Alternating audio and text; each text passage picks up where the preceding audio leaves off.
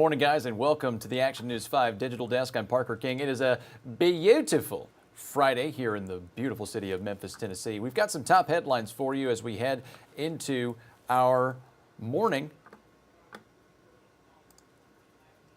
Starting with Memphis police investigating a crash involving a vehicle and a pedestrian in the Nutbush area. Dispatchers say it happened just after 3 this morning between Rockwood and Roseman. Action News 5 crews were at the scene.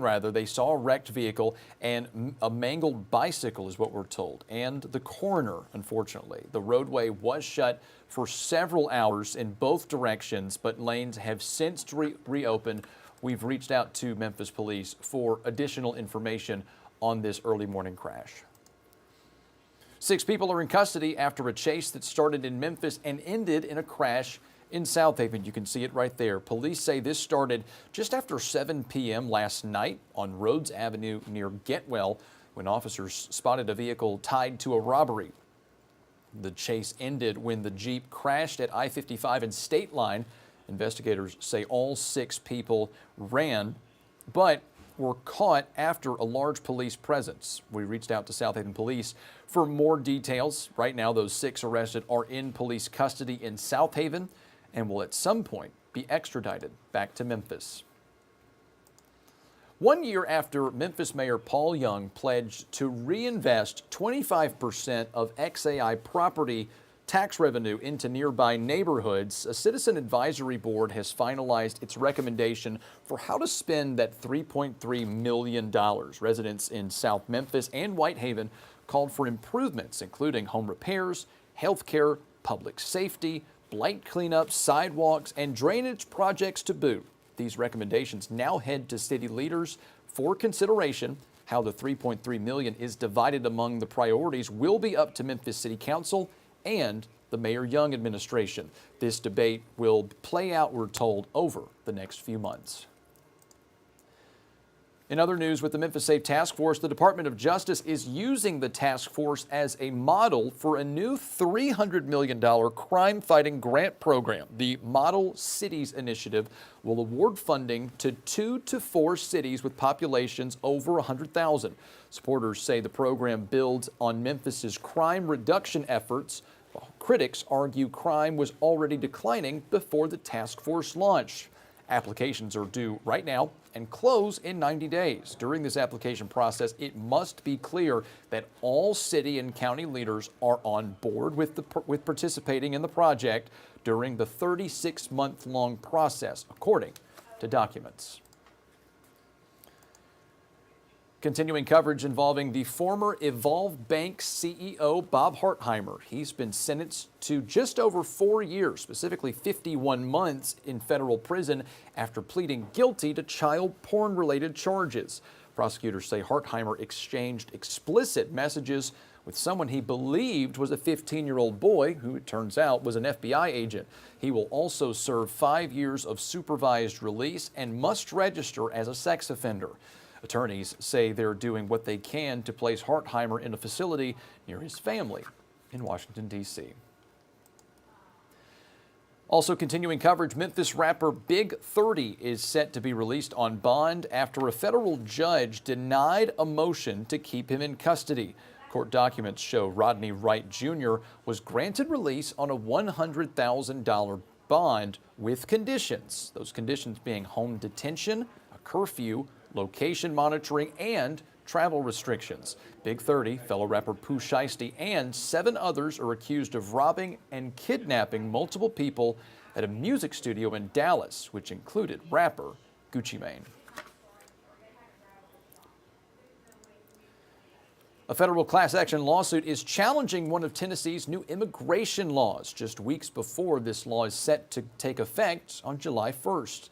The ACLU and other groups filed this suit arguing the law is unconstitutional because it gives the state immigration enforcement powers that belong to the federal government. The law makes it a misdemeanor for anyone 18 or older with a final removal order to stay in Tennessee more than 90 days. The ACLU says the law would criminalize people for remaining in the state and, quote, improperly allowing Tennessee to take on a federal immigration enforcement role. In federal government news, an immigration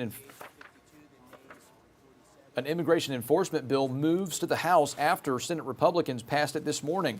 The $70 billion package funds ICE and Border Patrol through the rest of President Donald Trump's term.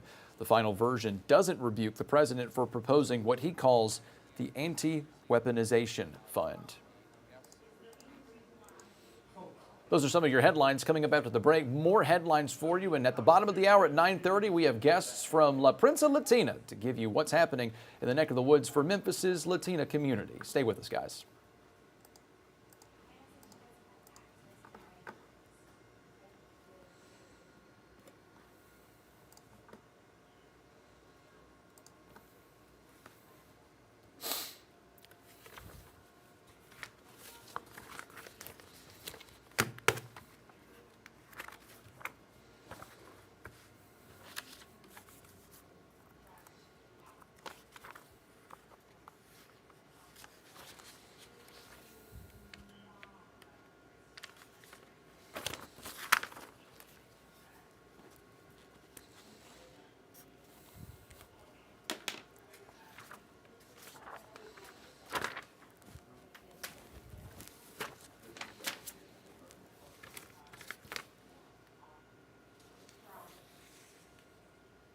Oh.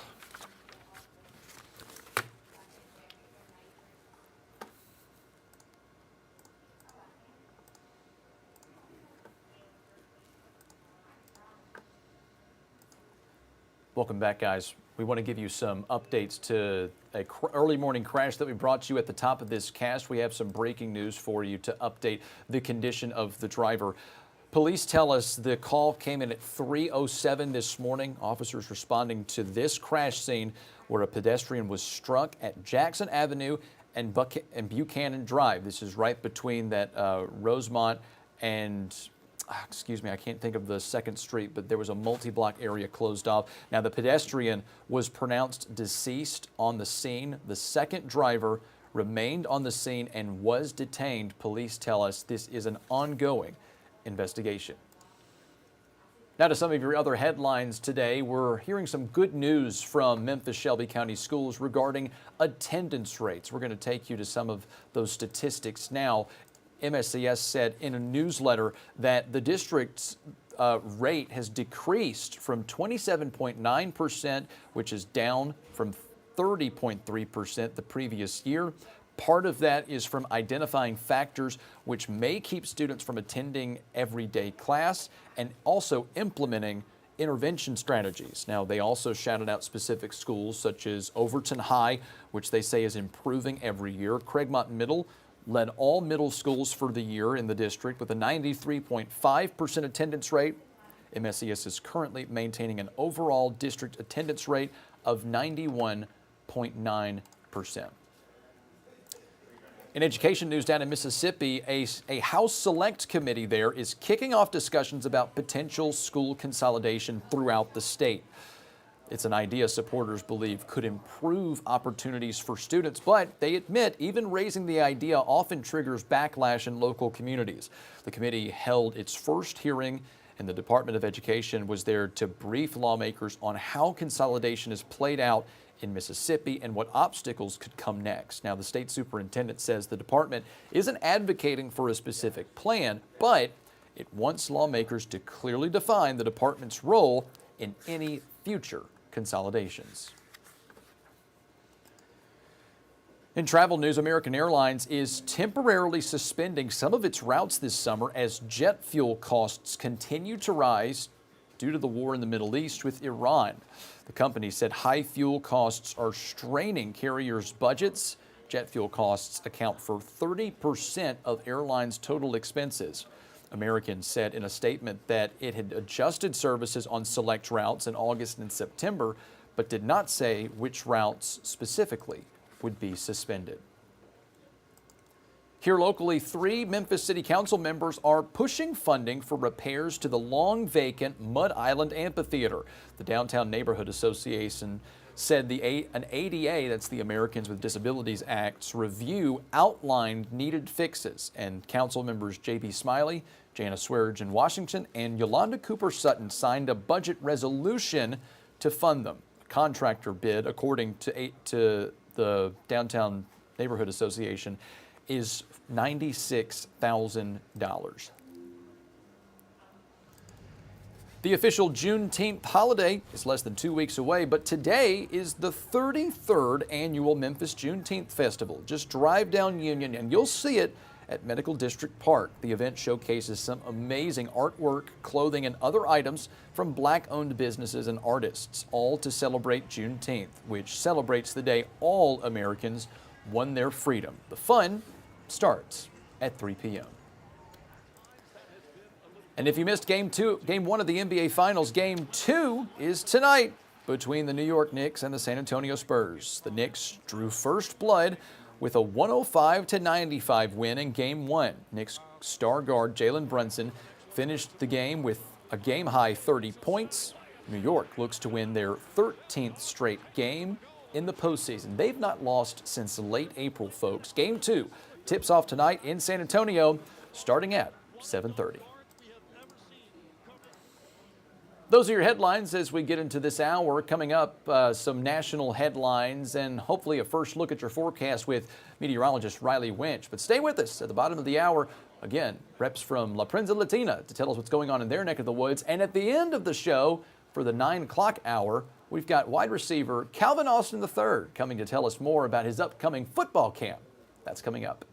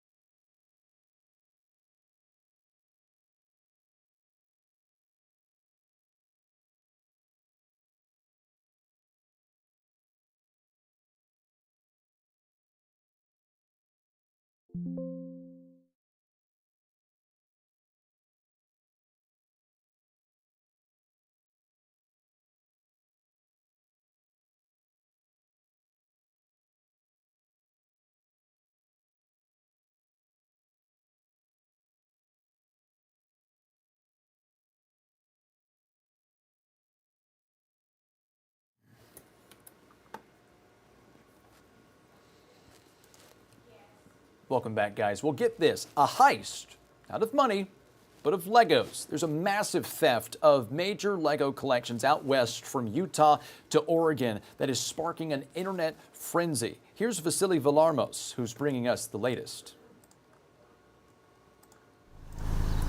A valuable Star Wars Lego collection is now at the center of a legal battle stretching from Oregon to Utah.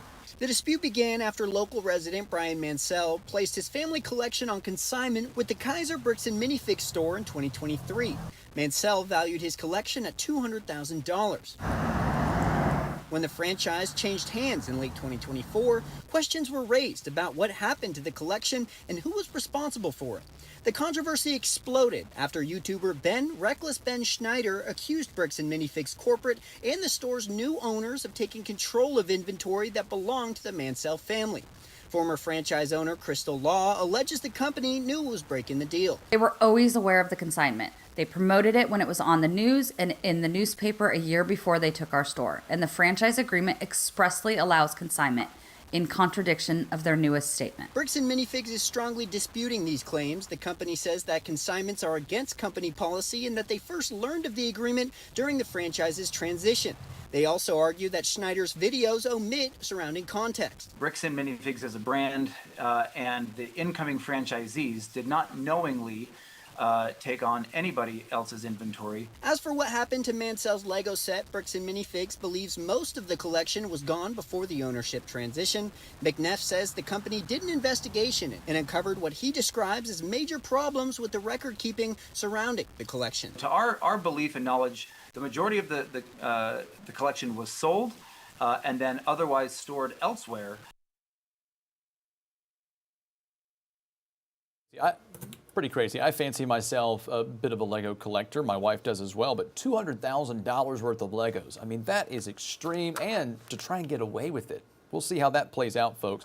In other news, we've been giving you coverage about the anticipation of the World Cup coming to the U.S., but union workers at SoFi Stadium in Los Angeles are looking at potentially striking amidst economic and security issues. Here's Lauren Posen with more.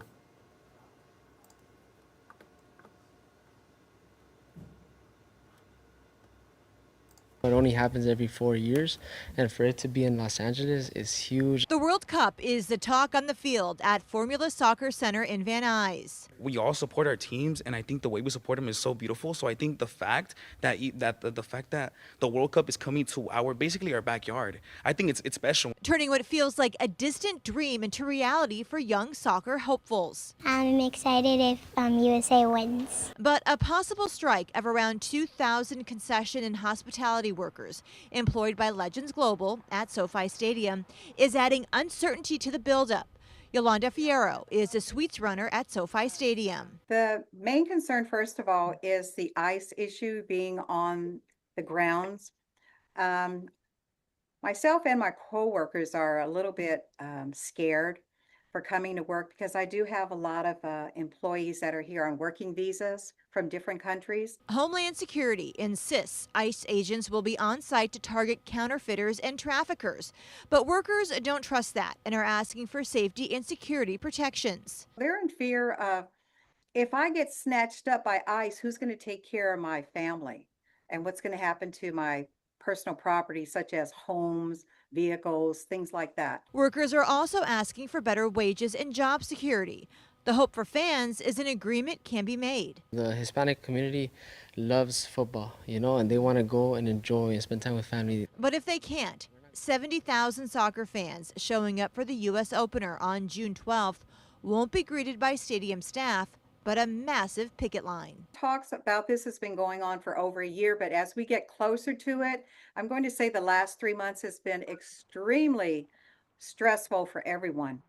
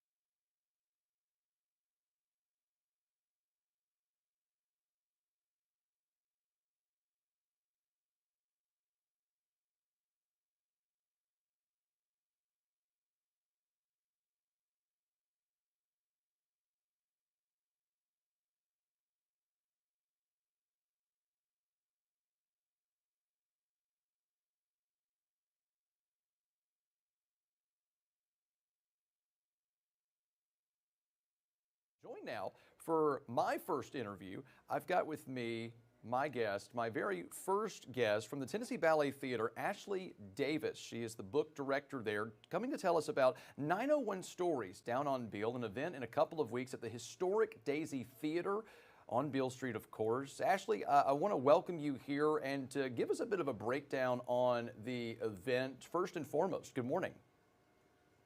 Good morning. I'm happy to be your first guest here. We have a show coming up June 5th and 6th at 6:30 at the New Daisy Theater, like you said. And this is going to be an event of a lifetime. We have lots of dance happening, obviously, Tennessee Ballet Theater, but we also have some live music. We have Cortland Whalum singing some songs for us because I thought, what better to do for a show at the New Daisy than to have live singing there. We're going to be telling some stories of the people and the stories that have taken place at the New Daisy Theater over the years and just on Beale Street in general, because there's so much stuff to unpack there. Definitely. And I want to talk about what the proceeds are going towards. So we always love a good cause, right? And that's always a good incentive to come out and support events like this. And the event you've got on June 5th, June 6th, that's going to be benefiting the Fraser Dance Project. I kind of want to pick your brain as to why we chose that organization and what we're trying to benefit there with that particular organization. Yeah, of course. So the Fraser Dance Project is part of our community programming. We have Tennessee Ballet Theater teachers who go into that community and we teach them dance, we give them free apparel, and we try to give them the best experience possible to show them that dance is not just a dream. Like, you can have that become a reality. It's something that I knew of when I was a kid, and I was so lucky and blessed to have that. And so the net proceeds are going towards keeping their program running, because we're at a deficit for funding next year, since we had Nike so graciously funded us for 3 years, but we no longer have that. So please get a ticket and support and help these kids keep dancing.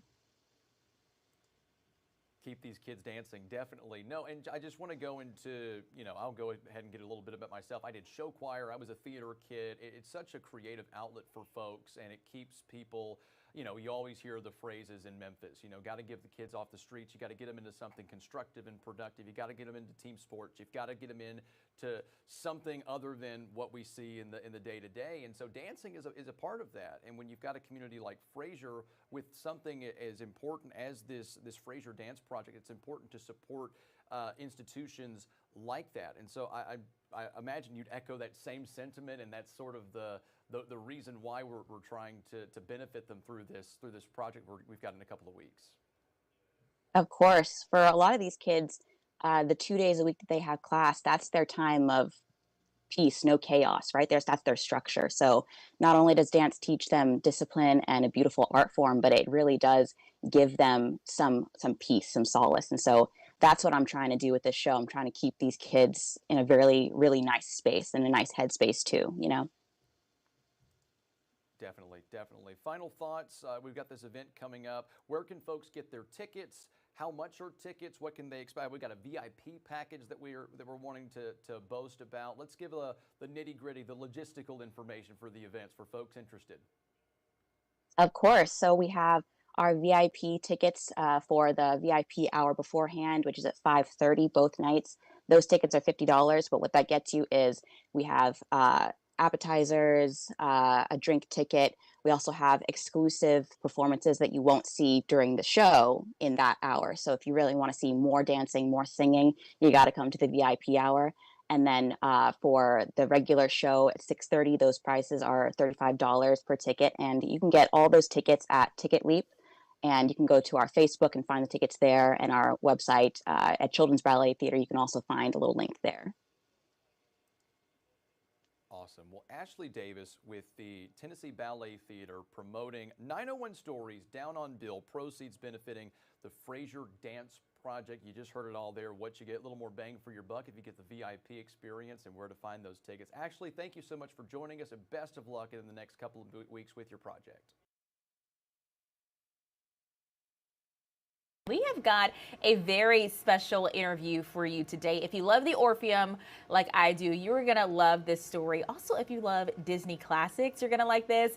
Joining me now on the Action News 5 digital desk is Ben Chang. He's actually going to be at the Beauty and the Beast show in the Orpheum. So, Ben, thank you so much for joining us. Yeah, thank you for having me. First of all, tell us a little about yourself. What I love is that you're from the Memphis area. So tell us a little bit about your background and how you got into this. Yeah, so as you said, I'm from Memphis, Tennessee. I was actually, I live in Lakeland, Tennessee, so a little bit further up by 40. But yeah, so I got into it because my older sister, Megan, started doing musical theater. She was singing and dancing and all that kind of stuff, and so our parents put me and my little sister as well all in it just to kind of see what we could do. And I really fell in love with it. I started dancing, taking dance classes, at Dance Dynamics in Memphis, and then I started taking voice lessons. And then from then on, I just started doing musical theater full time because I had to kind of pick one or the other. And then I decided to do it throughout middle school, high school, college. I did regional stuff at Theater Memphis, Potts, all those kinds of things. And yeah, I just fell in love with it, and now I'm continuing to pursue it. And I'm a year into tour now, so it's going really well. That's so awesome. We love to hear that. Tell us how tour is going. Tell us your role in the cast and a little bit about what people can expect.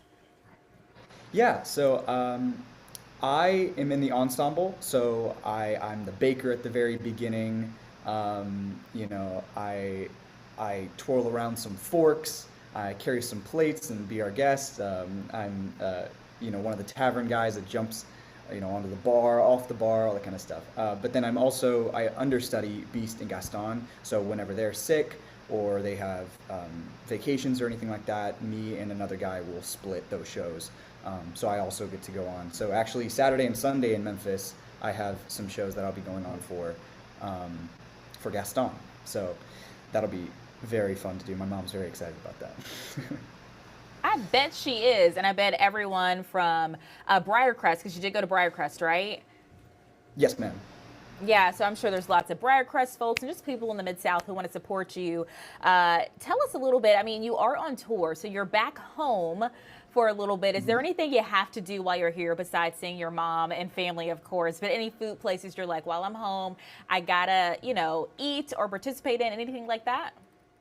Yeah, I think I want to take some friends out to some restaurants around that area. I want to bring the cast to some like Gibson's Donuts at some point. I've kind of made a habit of doing that in some of the cities where I can find a good donuts shop. I'll kind of bring it in maybe like the Sunday matinee or the Saturday matinee. Usually when we have a 2-show day, it's a little harder. So I try and bring something to keep spirits up. So probably something like that. Hog and Hominy is a restaurant that I went to with my family one time, and we loved eating there. And obviously all the classics, getting some barbecue or Gus's fried chicken, stuff like that. So yeah, very excited about eating all the classic things I grew up eating in high school and all those kinds of things. Ben, you are speaking my language. Anybody in this newsroom knows that Hog and Hominy is my favorite, so you definitely need to check it out. Yeah. I haven't had the biscuits. Okay, I'm going to add that to my list next time I'm there. I will definitely do that. All right. Obviously, Beauty and the Beast is a classic. Is there anything different about this version of it, or any, lessons that you personally like from the show? I have a 3-year-old, almost 4-year-old, and she is obsessed with Belle. So we're definitely going to have to try to make it out. Yeah. There are a couple changes. I think some ones you'll notice right off the bat are like the wardrobe character, who in the animated feature is an opera singer. Instead of being an opera singer, she's the castle's matchmaker, and so she loves love, and so her whole thing at the beginning is getting super excited about like, wait, Belle, Beast, this could work. They were made for one another. So that's her. She's a slightly different character. And let's see what else. What was the other side of that question?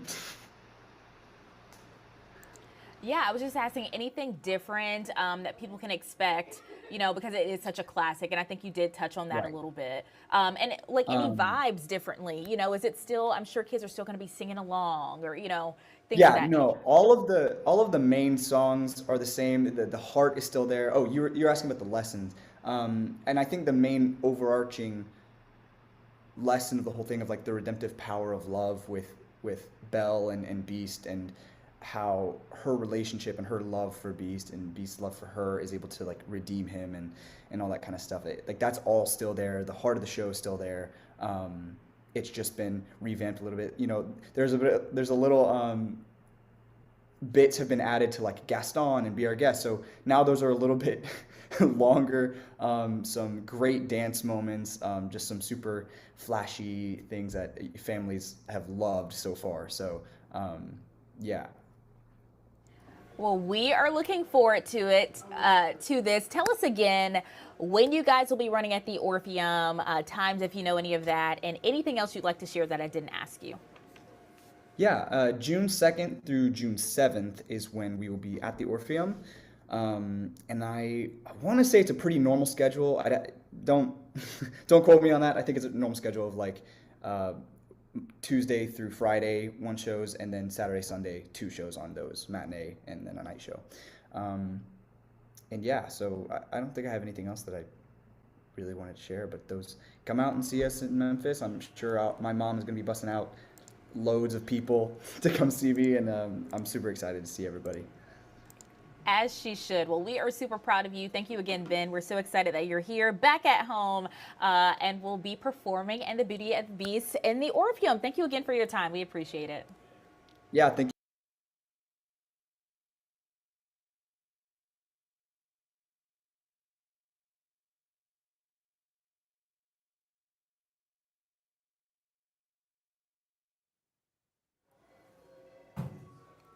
Good morning, Jairo. How are you?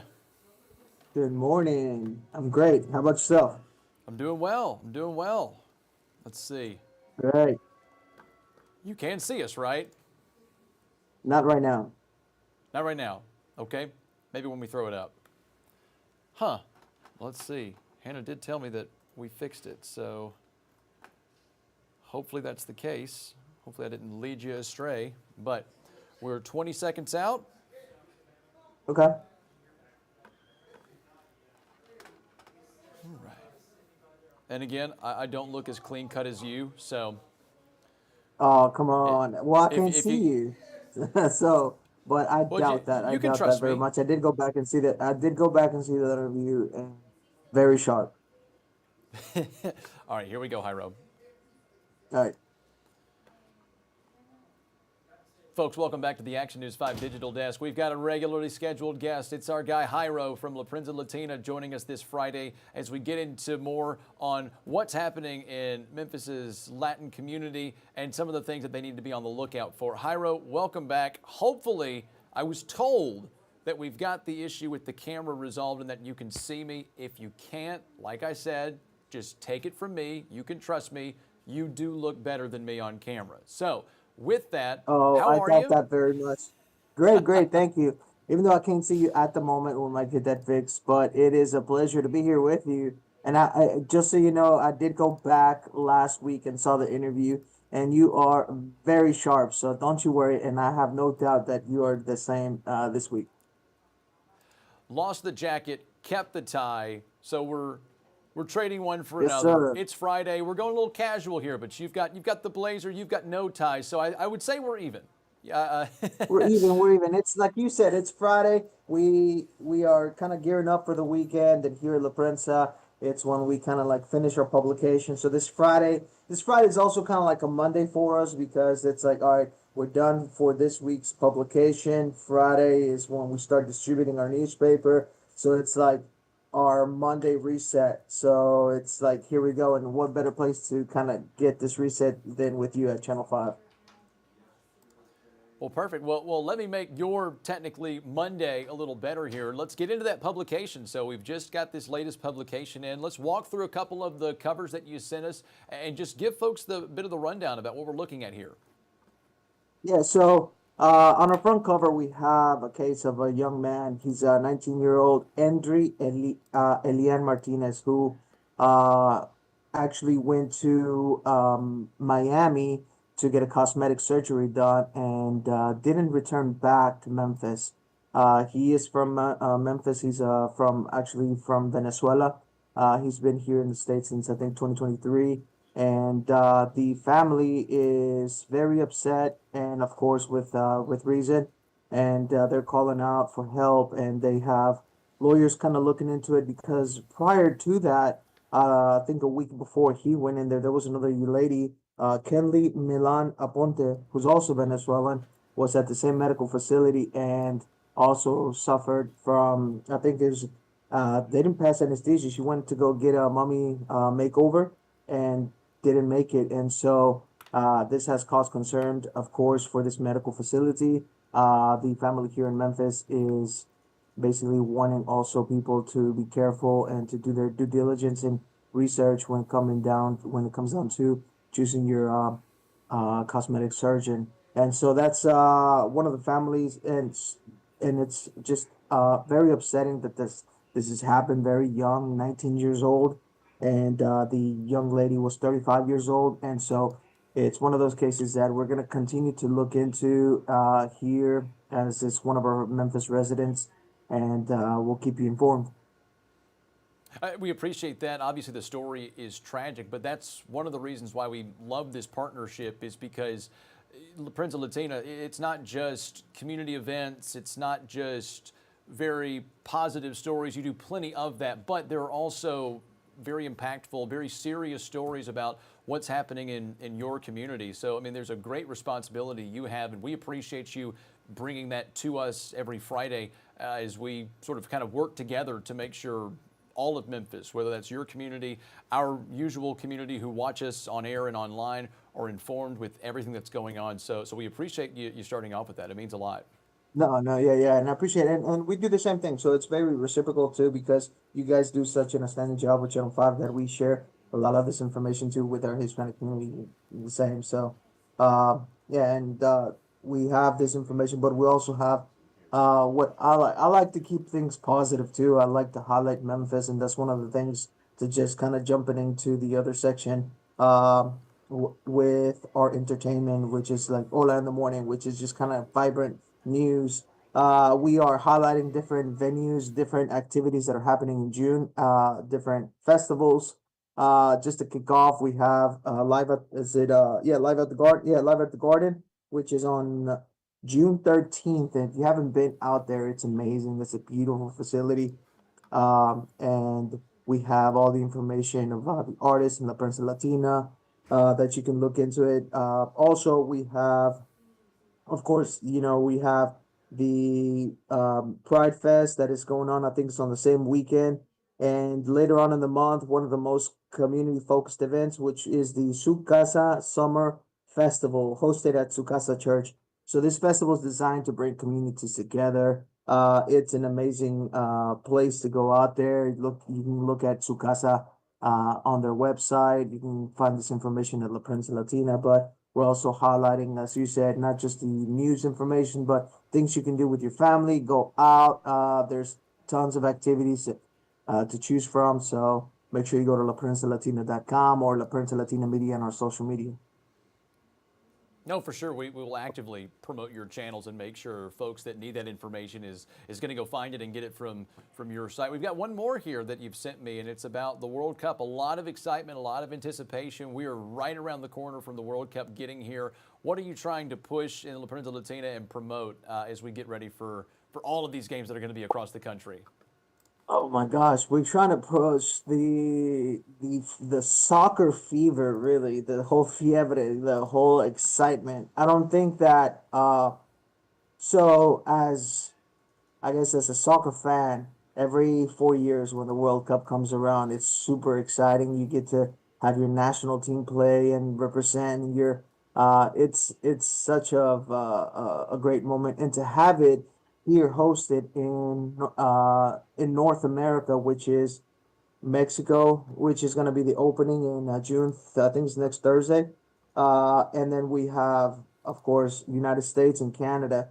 And so it's really cool that they're going to have opening ceremonies in Mexico. They're going to have one in United States and another one in Canada. In Mexico, you have artists going out, such as Alejandro Fernandez, Belinda, Danny Ocean, J Balvin, Lila Downs, Los Angeles Azules, Maná, South African singer Tyla, and I mean, it's just amazing. In the United States, you have Katy Perry, you have Anita, Alesso, Residente, Alicia Keys, amongst others, and it's how can I put this? Imagine the Super Bowl happening many times during this whole like month. It's gonna be like June and July, and we're of course keeping up with your favorite team.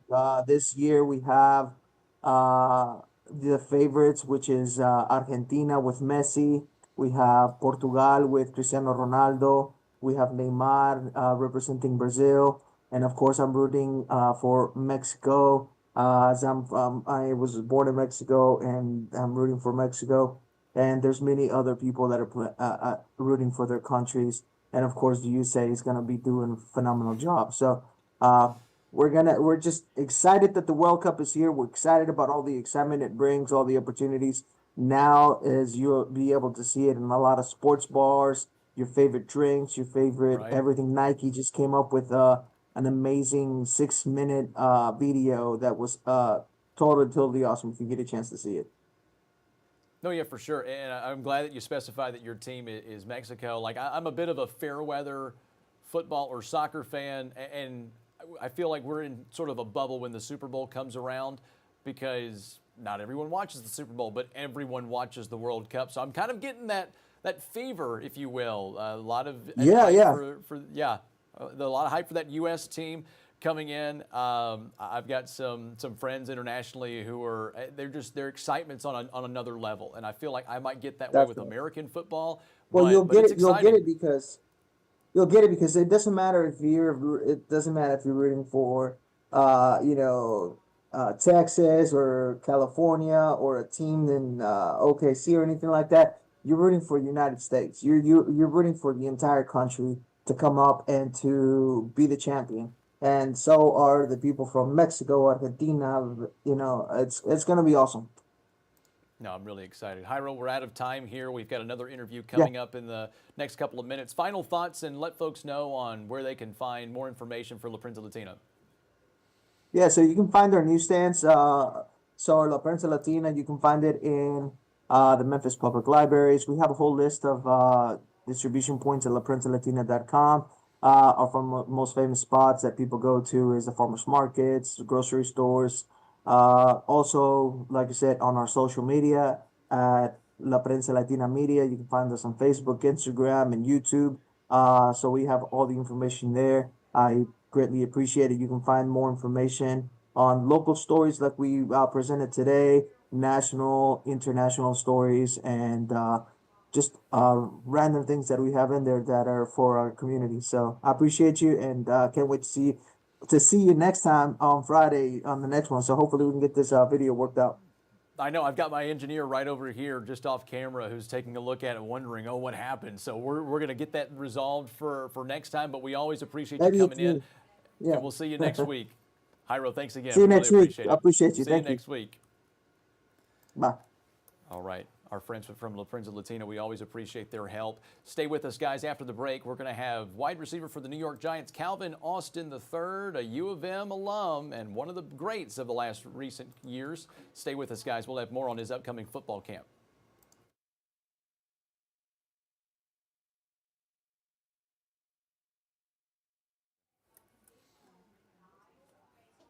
Hey, Jairo, you still there? Oh, he froze. Okay. All right, let's start. Is this coming up? Yeah, in like 2 minutes.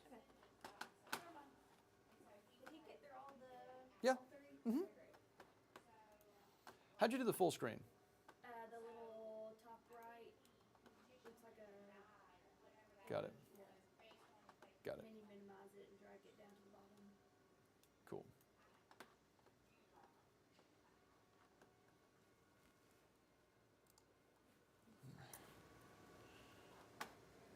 Recording in progress. All right.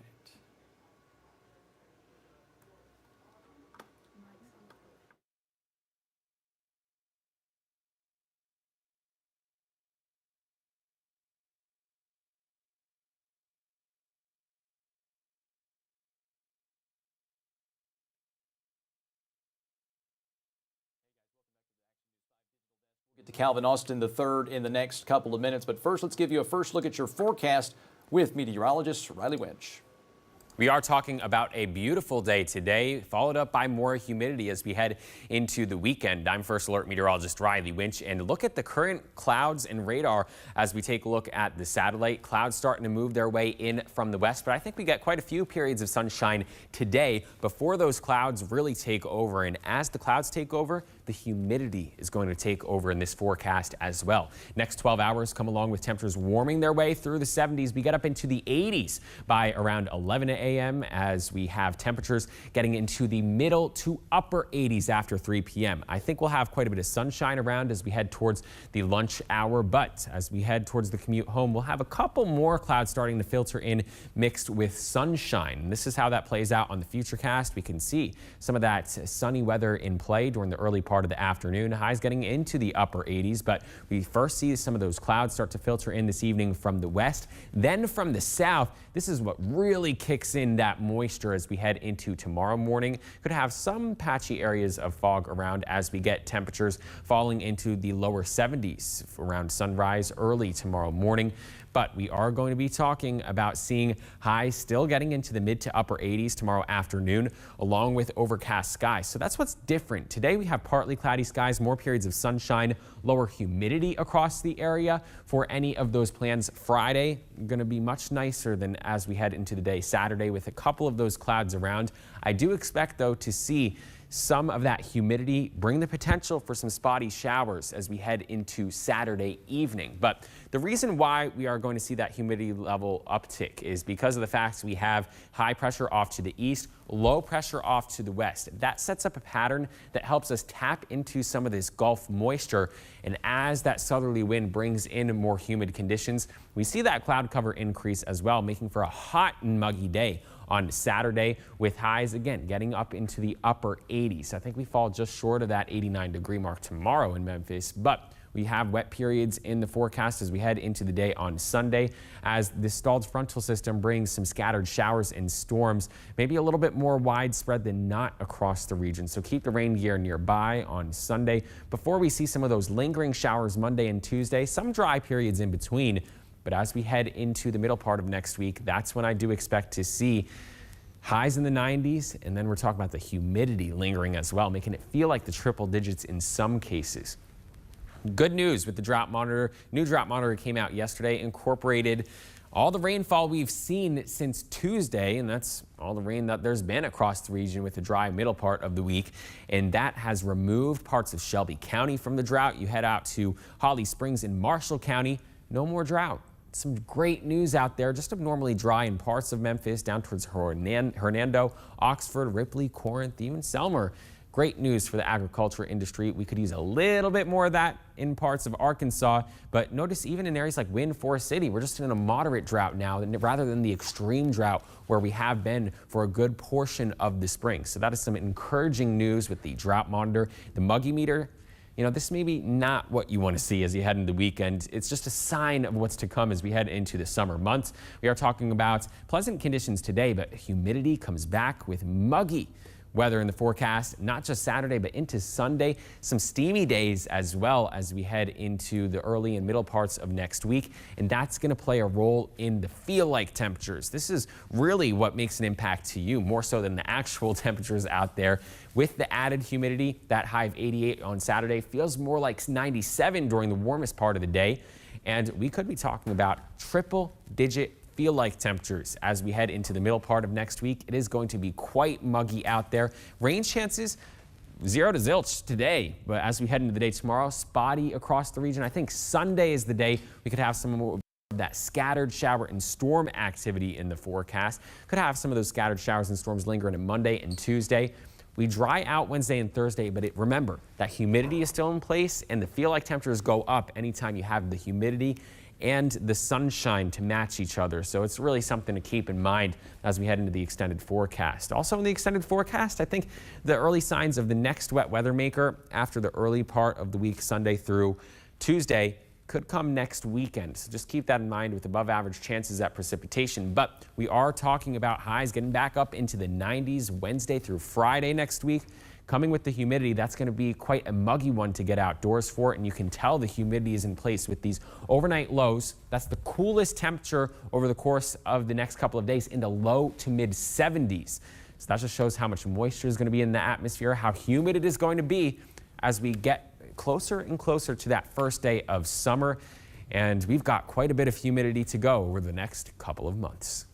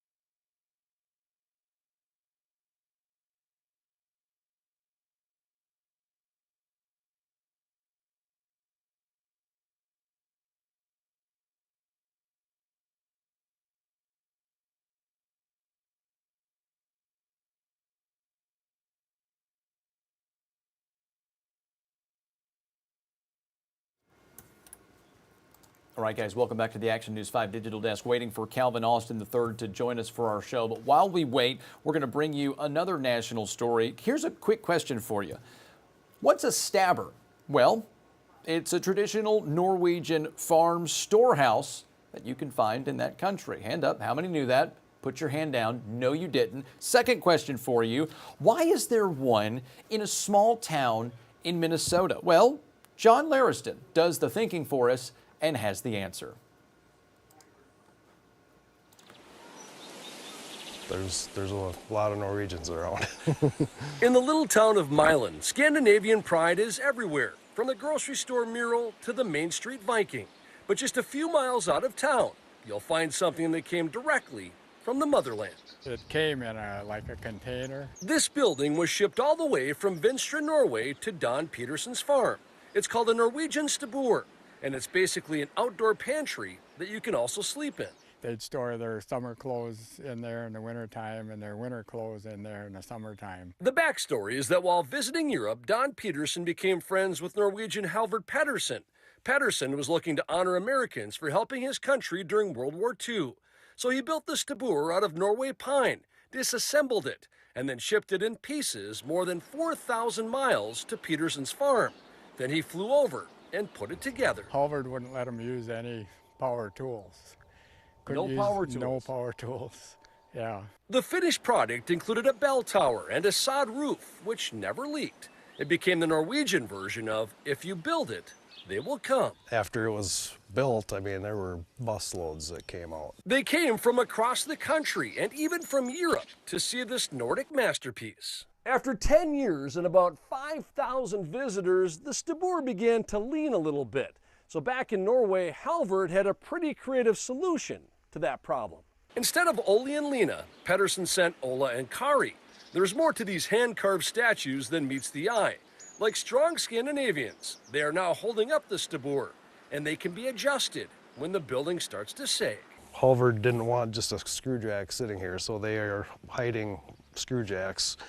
You just take these plates off, that's how you adjust them. After Don Peterson and his wife passed away, their grandson Jason Lee moved onto the property. He's now the stabur's caretaker and greeter when visitors stop by. And Jason has never forgotten why his grandpa received such a special Scandinavian gift. It was Halvard's thank you for all the help the U.S. did for Norway in World War II, and it is neat to see.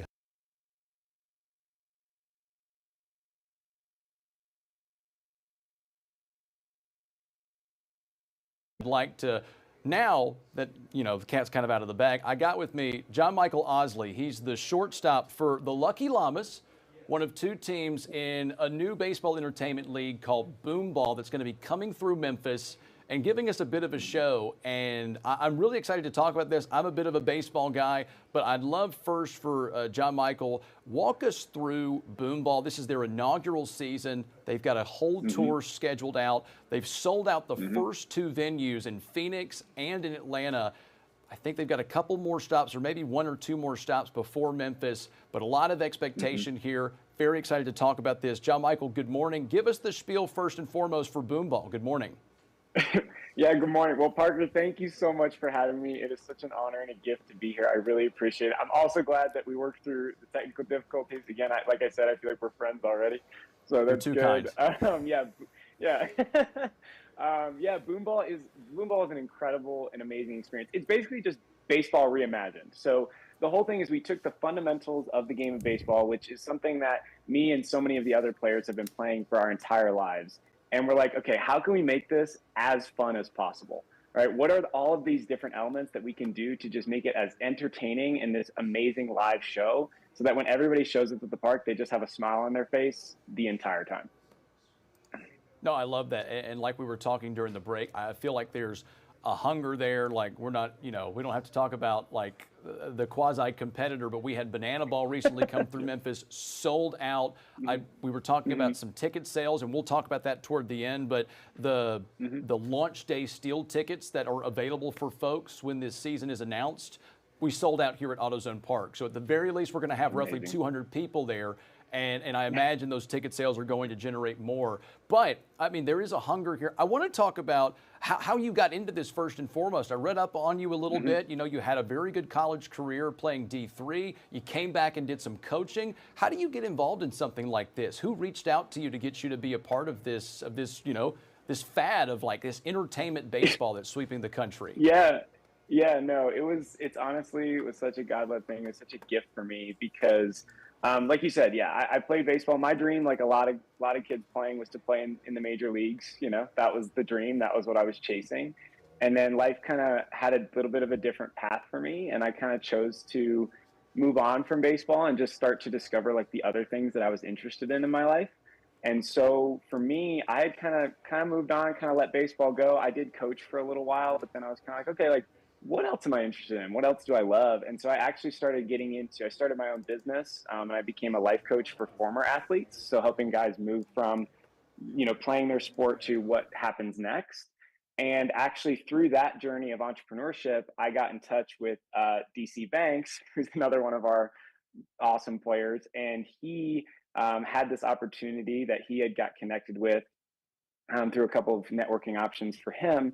And then, yeah, he reached out to me and he's like, dude, I think that you'd be a perfect fit for it. Do you want to meet with, you know, the head of the company and see? And to me, it was like, it was such a testament to how when you surrender things and you choose to let go, that it can come back to you bigger and better than ever before, which that's how I feel about Boomball. Because for me, I love the fun aspect. I love the kids. I love just getting to put smiles on their faces. That's why I wear my smiley face pin to always remind myself that that's what it's about. And I think that when I played, I had a lot of pressure. I played with a lot of pressure. And I think now there's no pressure. It's just for the pure joy. And that's what I want to help these kids understand is when you play the game, like just play it for fun and play it because you love it. And there are some fun aspects to it. Like, give folks a breakdown of sort of the gameplay. Each inning is something different. It's something that engages with fans. It gets a little whimsical, which I'm all about. But you're right. It's such a high intensity, high pressure game. But at this point, I mean, you see it. You know, I don't want to use banana ball, but you got a lot of like former MLB players who come back, and there's almost like a joy to it. And so I feel like this is something that Boomball is trying to introduce is a fan interactive game that makes it fun for quite literally the whole family in more ways than one. Give us a breakdown of the inning by inning play for Boomball. Yeah, absolutely. So that's one thing that I absolutely love about Boomball is the level of creativity and the collaboration. You know, us as a company, like everybody that's involved from the leadership team to the players to the coaching staff to everybody gets to, we're designing and crafting the show together and along with the fans, right? So fan feedback is so important for us, which is why Arizona and Atlanta were so huge because we got to really try things out, test out these ideas, and then see what the fans wanted and what they liked. And so for us, we have engineered and crafted the show with them in mind every step of the way. So yeah, every inning is different, which is so fun. So inning one is speedball, which is basically there's no strikes, no balls, and no outs. It's just how many runs you can score in 5 minutes. And so basically it's just like constant action. Then inning two is trick ball. So it's basically the same concept, but now if the defense makes a trick play, they get an extra run added to the board, which is super fun. Inning number three is fan ball, which is where now the fans, so the playing field expands to the entire stadium. So the fans, so every ball is in play. So basically the fans literally get to be a part of helping us get outs and score runs and all of those things. And then I believe inning number four is, we actually have kind of been switching around a little bit. But we have or inning number five is the softball inning. So we have like amazing softball players from like different areas that are going to come from each city. And then we try to put baseball players against softball pitchers, which I am telling you, Parker, having faced the softball pitcher myself, that is so challenging. It is such a difficult thing. And then, sorry, I just remembered inning number four, sorry to backtrack, is buddy ball, which is basically where we have fans come out onto the field with us and help us play. So it's a little bit chaotic, but it's so fun. Yeah, exactly. And then inning number six is our derby duels. So we have like chaos and llamas, going back and forth and competing in a home run derby. So it's so incredible to get to be a part of. And that perfectly segues, talking about softball. This is a co-ed league, and I think that's also an important aspect because you're reaching two different demographics, being your baseball players and your softball players. So if it's buddy ball or if it's the fan interaction, like there are some aspiring softball players who can come out on the field and they can be like, okay, these are maybe players they've looked up to, or maybe players they want to be. We've got the College World Series going on right now. A lot of big softball names are kind of in the headlines right now. So what does that mean to incorporate like a co-ed environment as you make this tour across the country with this inaugural season of Boom Ball? Yeah, it's absolutely one of my favorite parts about Boom Ball, to be completely honest, Parker. The women that we have on our teams are incredible. They're so talented. And, one of my favorite moments from like Arizona and Phoenix, really, it was actually in Arizona. So we had a girl named Dallas come and pitch, and she had pitched in Japan. She was like an Olympic pitcher. She was like a 3-time All-American. So absolutely incredibly talented. And one of my favorite moments in Arizona was there was a little girl that came up to me and she goes, "Hey, I really, really, really want Dallas's autograph. Can you go get her for me?" And she was like so excited. And so I went and found Dallas and I was like, "Hey, I need you to come with me. There's this little girl that really wants to meet you." And that was one of my favorite moments because I think it's beautiful to see that, these softball players are so incredibly talented, and actually like watching the Women's College World Series is one of my favorite sporting events of all time. Like I absolutely love it. So it's one of my favorite parts, Parker, and they impress me all the time. And Sona, one of our players, actually struck me out in Atlanta, and I didn't even have a chance. It was awesome. I love that. So going to, we talk about Phoenix and Atlanta. When you start something new, there's always risk there. You never know how people are going to resonate with it. But to sell out those two venues, I mean, for someone who's, again, on the ground floor, something that's new, something different like Boom Ball, is it inspiring or encouraging to see already just that small sample size and give you a little bit more of a confidence as we get ready for the rest of this inaugural tour? Absolutely. I think, in anything in life, like you can have an idea and you can be like, yeah, I really think this is a good idea. Or you can like go to the people that you trust and you're like, hey, like, what do you think about this? And like, you can have things that you're like, yeah, I think this could work. But you really don't know until you actually go out there and do it. And so being able to go and do it and see the response and physically feel the energy of how much, the families enjoyed it and the smiles on these kids' faces. And then for it to grow even from like Phoenix to Atlanta, as far as the positivity of the response, yeah, it's nothing but encouraging. And it makes me, and I know all of our players and the leadership staff and our coaching staff and everybody so excited for this summer tour because we just want to bring the joy to all these different cities, including Memphis. And so it's incredibly exciting. I've been texting a bunch of players and they're like, I'm like, how are you guys? How's the summer? All those things. And they're like, oh, dude, I just can't wait. I'm so ready to go. I'm so ready. I can't wait. So we are chomping at the bit to get started. And you've been able to get some great venues. I've been to a lot of these parks, Trustmark Park in Jackson, where you're going to be going next, Route 66 Park in Springfield. That's a place that loves baseball. Missouri State's got a great culture there. But of course, AutoZone Park right here in Memphis, we love our park, our AAA, the Redbirds. They're doing awesome this season. Vibes for baseball are at an all-time high. Haven't been this high in a long time. So maybe a personal thing, how many of these parks have you actually been to? Is it exciting for you still, just as a lover of the game, to get to just experience these different environments, these different parks across the country?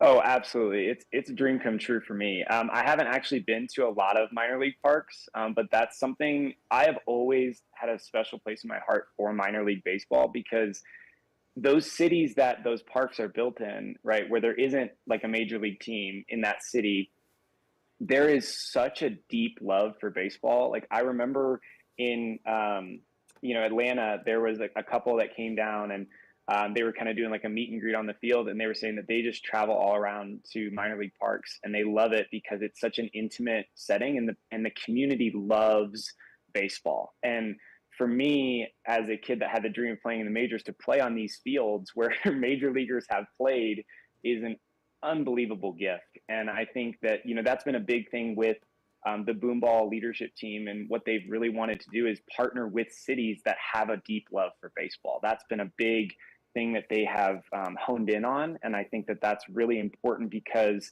yeah, we want to step into a city where it's baseball, the game itself is already loved. And now we get to just add like a new element to it, right? We get to have this new type of game that is based on the game that everyone loves and also has all of these super fun, entertaining elements to it. I love it. So you can get your tickets, folks, at boomballtour.com/tickets, just all one word, boomballtour.com/tickets for here in Memphis. Tickets start at $25. They go up if you want to get more premium seating, but get you in the door at $25. That is coming up, I believe, June 27th. So the end of this month, we've got a bit of a month. John Michael, we're wrapping up on this interview. Elevator pitch for folks who might have just hopped on. Elevator pitch for Boomball. What can folks expect? I imagine $25 is a pretty good price. What are they getting for their money with this inaugural tour with Boomball? Elevator pitch, final thoughts. Go. You are getting 2+ hours of smiling, laughter, fun, joy, and things that you have never seen on a baseball field before. Oh, wow. That's a short elevator ride. We're going from the first to second floor, but I love it. No, I love Hey, it. I'm He is just telling John Michael Parker, I was telling Osley. him within. No, you answered my question. You gave me the request. So he's John Michael Osley. He is the shortstop for the Lucky Llamas as part of this inaugural season of Boomball, the latest in baseball entertainment, coming through Memphis at AutoZone Park on June 27th. We're excited to have you. John Michael, thank you so much for joining us. We really appreciate it. Yeah, thank you, Parker. And thank you, everybody. Hopefully we'll see you soon in Memphis.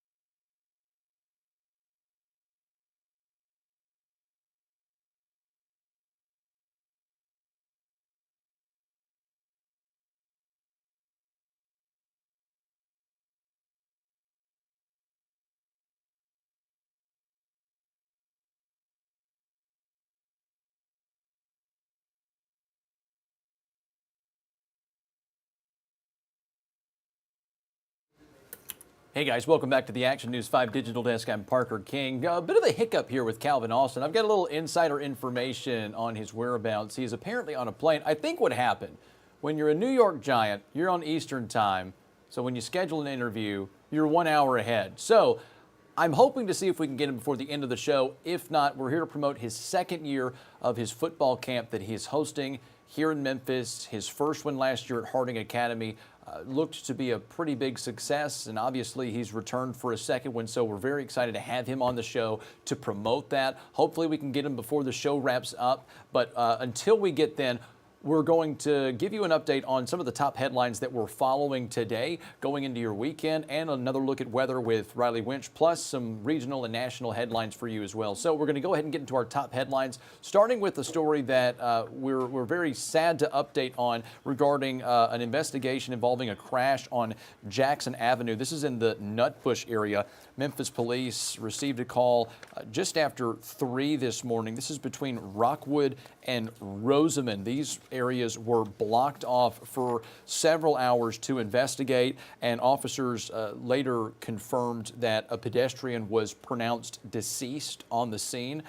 This pedestrian was riding a bicycle, and that's what the car crashed into. The driver of the vehicle remained on scene and was detained. Police tell us this is an ongoing investigation, and once we get additional results, we will bring that to you either here on the digital desk or on air and on our website, actionnews5.com. Continuing coverage from yesterday, 6 people are in custody in South Haven after a chase that started in Memphis ended right across the Mississippi state line. Police say it began just after 7 last night on Rhodes Avenue near Getwell. when officers spotted a vehicle that was tied to a robbery. The chase ended when the Jeep crashed at I-55 and State Line. Investigators say all 6 ran from the Jeep but were caught because of a large police presence. We've reached out to South Haven Police for more details. Right now, those 6, again, are in South Haven custody, but will at some point be extradited back to Memphis. 1 year after Mayor Paul Young pledged to reinvest 25% of XAI property tax revenue into nearby neighborhoods, a citizen advisory board has finalized its recommendations for how to spend $3.3 million. Residents in South Memphis and Whitehaven called for improvements, including home repairs, health care, public safety, blight cleanup, sidewalks. There's a lot, folks, but how is the $3.3 million divided? Well, that's up to Memphis City Council and the Mayor Young administration. That debate, we're told, will play out over the next few months. Switching gears to the Memphis Safe Task Force, the Department of Justice is using the task force as a model for a new $300 million crime-fighting grant program. The Model Cities Initiative will award funding to 2 to 4 cities with populations over 100,000. Supporters say the program builds on Memphis's crime reduction efforts, while critics argue crime was already declining before the task force was launched. Applications are open right now and closes in 90 days. Now, during the application process, it must be clear that all city and county leaders are on board with participating in the program during the 36-month-long process. In a story we've been following for a few months now, former Evolve Bank CEO Bob Hartheimer has been sentenced to just over 4 years, specifically 51 months in federal prison after pleading guilty to child porn-related charges. Prosecutors say Hartheimer exchanged explicit message with someone he believed was a 15-year-old boy, but surprise, surprise, it was an undercover FBI agent. He'll also serve 5 years of unsupervised release and must register as a sex offender.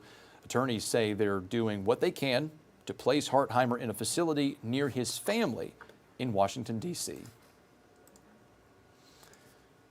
Continuing coverage in another story, Memphis rapper Big 30 is set to be released on bond after a federal judge denies a motion to keep him in custody.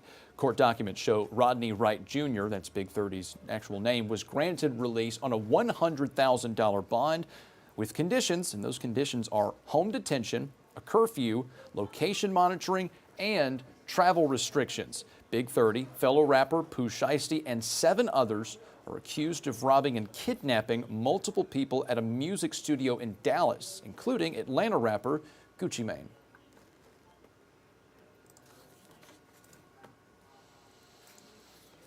A federal class action lawsuit is challenging one of Tennessee's new immigration laws just weeks before this law is set to take effect July 1st. The ACLU and other groups filed the suit arguing the law is unconstitutional because it gives the state immigration enforcement powers that belong to the federal government. The law makes it a misdemeanor for anyone 18 or older with a final removal order to stay in Tennessee more than 90 days. The ACLU says the law would criminalize people for remaining in the state and improperly allowed Tennessee to take on a federal immigration enforcement role.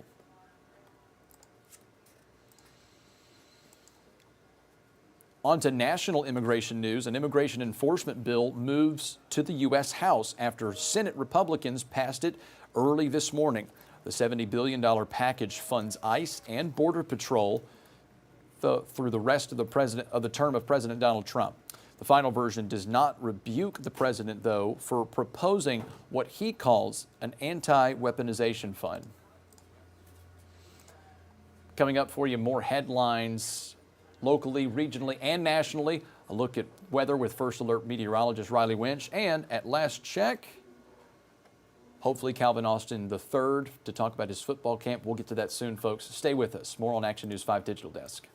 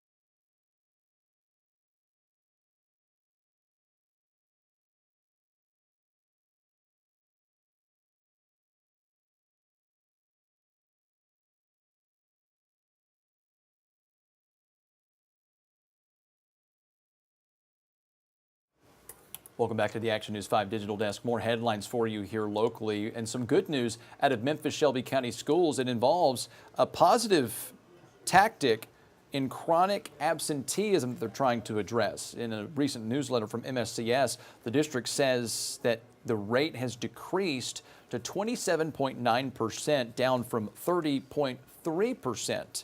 Part of that is from identifying factors that may keep students from attending every day and implementing intervention strategies. They also shouted out several schools, such as Overton High, which they say has been improving every year. And Craigmont Middle led the middle schools with a 93.5% attendance rate. MSCS is currently maintaining an overall district attendance rate of 91.9%. Education news in Mississippi. A House Select Committee in Jackson is kicking off discussions about potential school consolidations across the state. It's an idea supporters believe could improve opportunities for students, but they admit even raising the idea often triggers backlash in local communities. The committee held its first meeting, and the Department of Education was there to brief lawmakers on how consolidation is played out in Mississippi and what obstacles could come next. The state superintendent says the department isn't advocating for any specific plan, but it wants lawmakers to clearly define the department's role on any future consolidations. Were you planning on flying to the Middle East recently? Well, American Airlines is temporarily suspending some of its routes this summer as jet fuel costs continue to rise due to the war in the Middle East with Iran.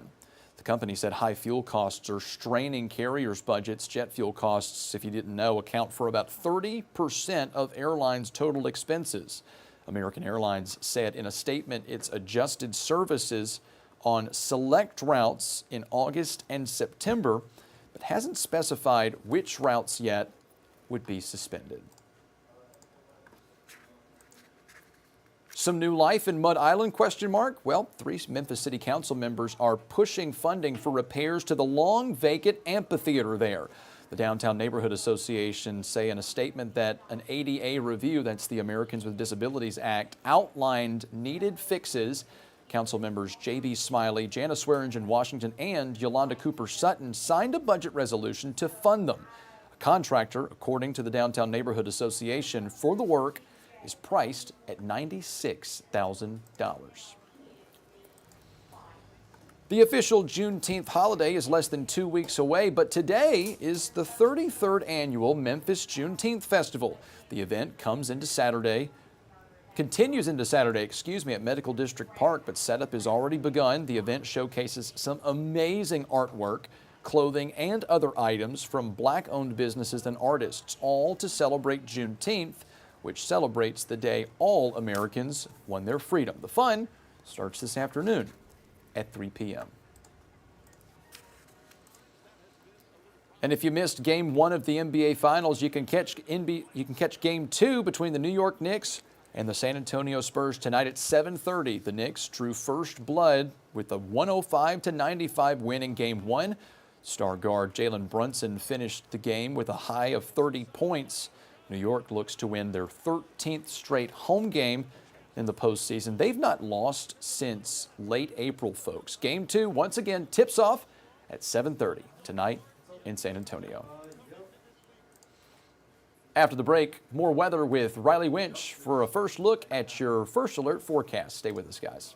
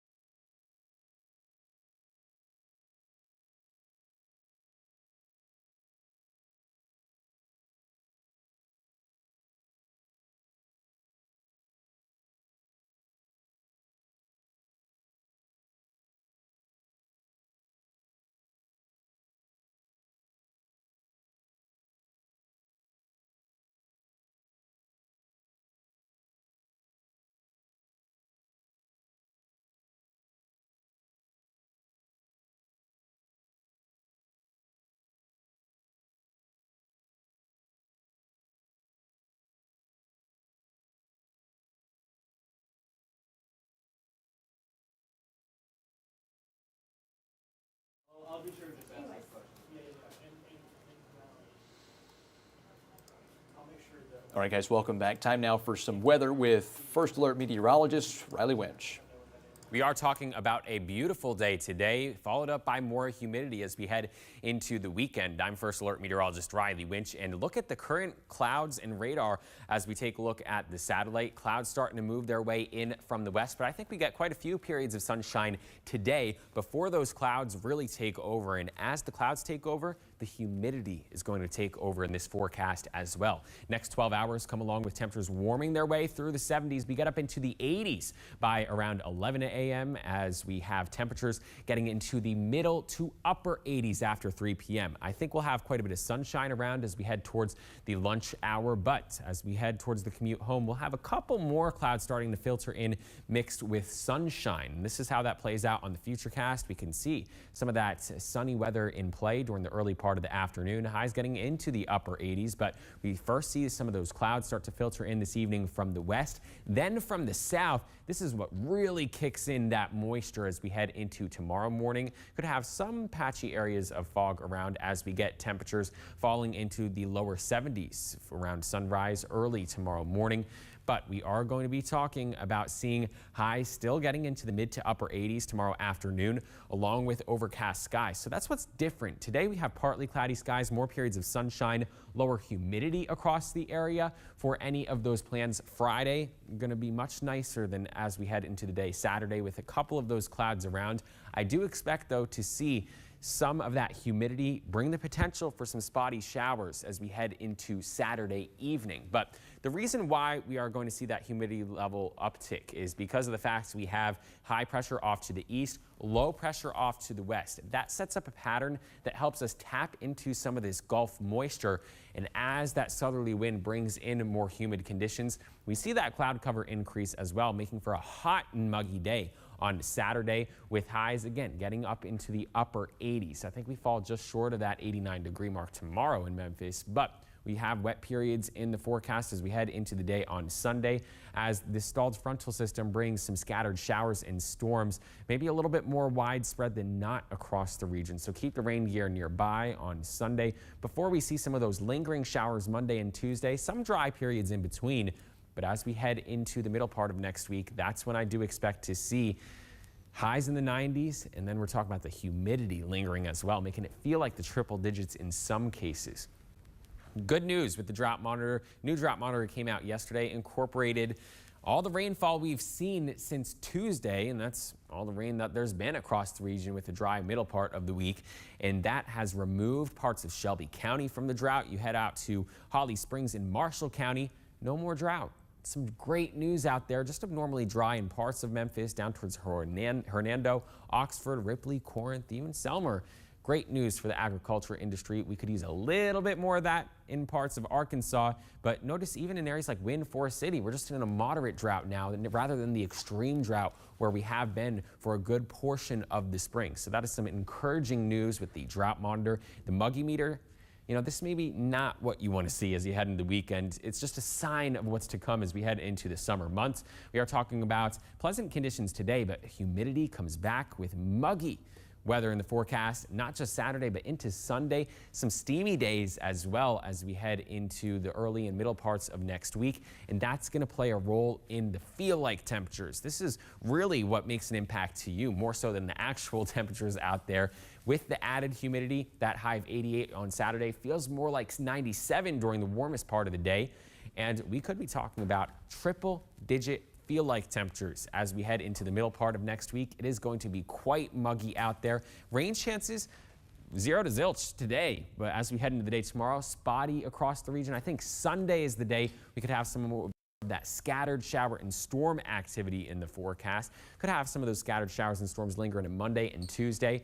We dry out Wednesday and Thursday, but remember that humidity is still in place, and the feel-like temperatures go up anytime you have the humidity and the sunshine to match each other. So it's really something to keep in mind as we head into the extended forecast. Also in the extended forecast, I think the early signs of the next wet weather maker after the early part of the week, Sunday through Tuesday, could come next weekend. So just keep that in mind with above average chances at precipitation. But we are talking about highs getting back up into the 90s Wednesday through Friday next week.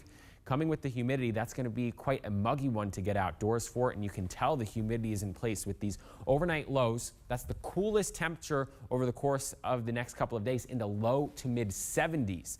So that just shows how much moisture is going to be in the atmosphere, how humid it is going to be as we get closer and closer to that first day of summer. And we've got quite a bit of humidity to go over the next couple of months.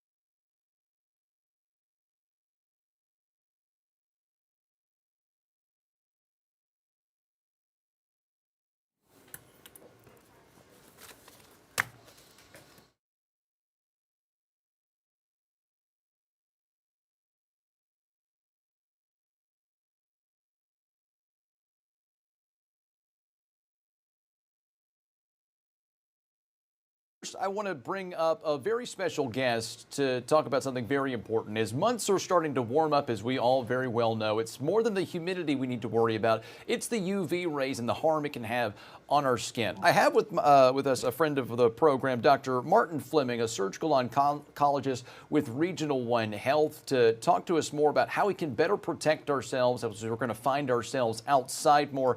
Dr. Fleming, thank you first and foremost for joining the program and giving some evidence-based insight, some medical insight to this.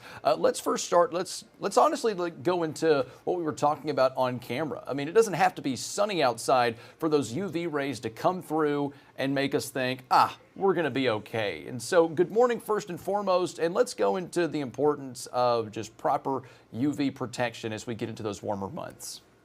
Sure, thank you for having me, and I really appreciate the opportunity to cover this topic that is very important, especially in this part of the country in the South, where we have great sunshine and great summers.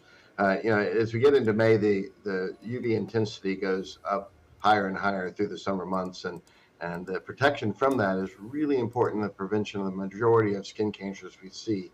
The most common skin cancers, being basal cells and squamous cells, are more of a local nuisance problem most of the time, and every dermatologist takes care of those in their office on a regular basis. But there are some other types of skin cancer, melanoma more particularly, that could be quite dangerous. And so this kind of protection is really important. There are a variety of ways to protect yourself from the UV rays, and both UVA and UVB are important to be protected from. But one of the most important ways, the most common ways, is sunscreen. We know we're going to be out and about, and we're going to go to the beach, or we're going to have a good time. And I tell patients all the time that is absolutely okay. But you can protect yourself in a way that prevents the sun from causing you future damage by using sunscreen. Certainly with sunscreen, and also we talked about it in the morning show this morning, is checking the UV index. Most people don't check that. They check the temperature, and sure, it might read 80, 90, in the hundreds once we get into those hotter months, and they think that will determine. But the UV index is very important to note, especially as you're applying. You might want to up the SPF on your sunscreen. So let's go into we can be a little intricate here. We've got some time, a little more of an intricate interview to talk about UV rays and how they impact the skin, and how the UV index needs to be interpreted to determine how we can apply those safety methods. Yeah. The UV rays, both A and B, they basically damage the DNA in the skin cells. They kill skin cells, and so that damage equates to future changes that turn into cancers as time goes by. Most of the time, skin cancers that patients have are not from what happened this summer. They're from what happened when they were 5 years old and 10 years old and 15 years old, as they got sun exposure over a long period of time and multiple episodes of DNA damage happen. So the UV protection prevents those damages from happening and subsequently prevents subsequent skin cancers. So the UV protection, as you said, as the UV index goes up, becomes more and more important. The UV index is interesting, and now it's reported on almost every weather app I know of. When you look at the weather, you can check the UV index, and if the index is high, all the more important to protect yourself.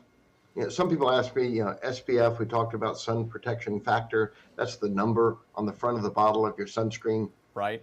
And I chuckled with a colleague the other day when I remember that when I was a child, no one said anything about sunscreen. It was all about tanning lotion, because it was all about getting tan. And now we understand that that whole process is not healthy in the long term. So now it's SPF sunscreens, and you'll see 10, 15, 20, 30, up to 100. I personally wear SPF 100 pretty much all the time in the summer. No sun exposure is good for you. People worry about vitamin D, but you can get vitamin D in a daily vitamin. You don't have to get sun exposure to get vitamin D. And if you have fair skin like mine, that sun has a damage effect that is really important to protect yourself from. But SPF, if you get to SPF 30, and this is where it confuses people sometimes, SPF 30 blocks about 98% of the UV rays. So that really helps you a lot. SPF 50 blocks about 98, 99%. So it's not double the protection. And SPF 100 kicks in another maybe 1%. But I tell people all the time, patients especially, one cigarette probably won't give you lung cancer, but it's not good for you. Right. So any protection from the sun is good for you, especially if you have fair complected skin that's vulnerable. So I wear SPF 100, and we jokingly say, the best sunscreen to wear is the one you will actually wear. Because if it's not something that you like, people buy sunscreen and they don't like it, so they don't wear it. They come in different varieties. I like kind of an alcohol-based sunscreen. It dries more clear. It's not as oily. Some people like more of a lotion-based sunscreen. But all sunscreens only protect you for a certain period of time. Putting it on in the morning and expecting it to last all day when you're out running, sweating, swimming, it's just not that effective. So especially if you're getting in the water at all, or if you're perspiring because you're exercising, you probably need to put it on every 2 hours while you're out in the sun. If you do that, you can be fully protected from the sun. If you don't like sunscreen, or if you're concerned about the intensity of the sun, even with sunscreen, clothing is great. Clothing has an SPF factor of 100 plus for most of them. They are, hats are great. If you have a hat, make sure it covers the top of your ears. A lot of men especially wear ball caps, which then exposes the top of their ears, and their ears get burned where their face doesn't. So something with a brim on it is better. We now have available to us in the world sports clothing that has SPF factor factored into it. And so those clothings for fishing and sports and things can really be helpful as well. Got it. A lot at our disposal there in terms of protection. Now, let's say that someone is kind of behind the ball here, and they're hearing this for the first time, and maybe they've been exposed to a lot of UV rays recently. And so when we talk about the subject of skin cancer in your particular realm of oncology, what are some of the symptoms people can look for if maybe they had a pretty hefty bout with sun exposure and they're wanting to know if they're okay or if they should get checked out by a specialist? What should someone be on the lookout for? I would say to start with, anybody that's had a significant sun exposure over time needs to have an annual checkup with a dermatologist. Get looked over head to toe, because things will happen that you won't even know are there, either because they're on a part of your body that you don't see, like the middle of your back, or they're subtle enough that you don't know that they're significant. So an annual visit with a dermatologist for anybody with significant sun exposure is really important. But if you're self-monitoring, which I also recommend people do, with mirrors, especially for those areas where you can't see, if you see a new spot that you know for sure wasn't there, and you monitor it for a week or so, maybe put a little lotion on it to make sure it's not just an area of rough skin or some sort of mosquito bite or something like that, and it stays there and persists for more than a couple weeks or is starting to change, then you need to have it evaluated, especially if it begins to break down and bleed a little bit. That's kind of an indication that's pretty foolproof that there's probably some underlying skin cancer. And again, most of those, they're nuisances. They're small problems. They're easily fixable. They're easily treatable, but they don't go away. They just get bigger. And some percentage of them, some small percentage of those actually can be life-threatening problems, even when they're small. And that's why those interventions are real important. Right, right. Try to snuff it out, nip it in the bud before it turns into something that could be, like you say, life-threatening. I mean, some great advice. Like we said off camera, I could have used this. No skin cancer, fortunately for me, but a pretty bad sunburn on my back. Should have probably reapplied the SPF. I used SPF 50. That's mistake number one. I might take you up on the 70, maybe up toward to 100, because I don't want to experience that again. Any final thoughts, Doctor, on as we enter the summer months, just a final thought as we get folks ready for the kids out of school, summer vacations planned, 4th of July coming up, for what people need to be on the lookout for and how to keep themselves safe?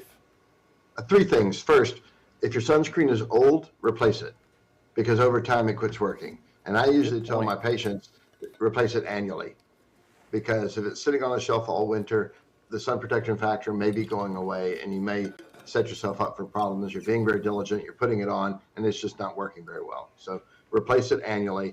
Second is children are particularly vulnerable. Their skin is very sensitive, and those bad sunburns early in childhood really set people up for problems 30 years later when they're an adult. So protect your children, use sunscreen, reapply it. And then thirdly, I tell people, you got to live your life. You got to go do the things you like to do. You don't have to live in a cave, but at the same time, you can be smart about it. So people that play golf, I say, put sunscreen in your golf bag, put sunscreen in your glove compartment. People that work outside, have it available to you, because if it's only on a shelf at home in your bathroom, inevitably when you get to that place where you need it, you'll go, dang, I should have put it on. So several bottles kind of tucked around where you know you're going to be when you need it is real important. And then have fun, but just be careful. I love it. No, I'm definitely going to put a bottle of sunscreen in my golf bag now. So Dr. Martin Fleming with Regional One Health, thank you for coming on, spending the next 10 minutes, giving us some medically backed insight on how to protect ourselves in the summer months. We appreciate it. Happy to do it.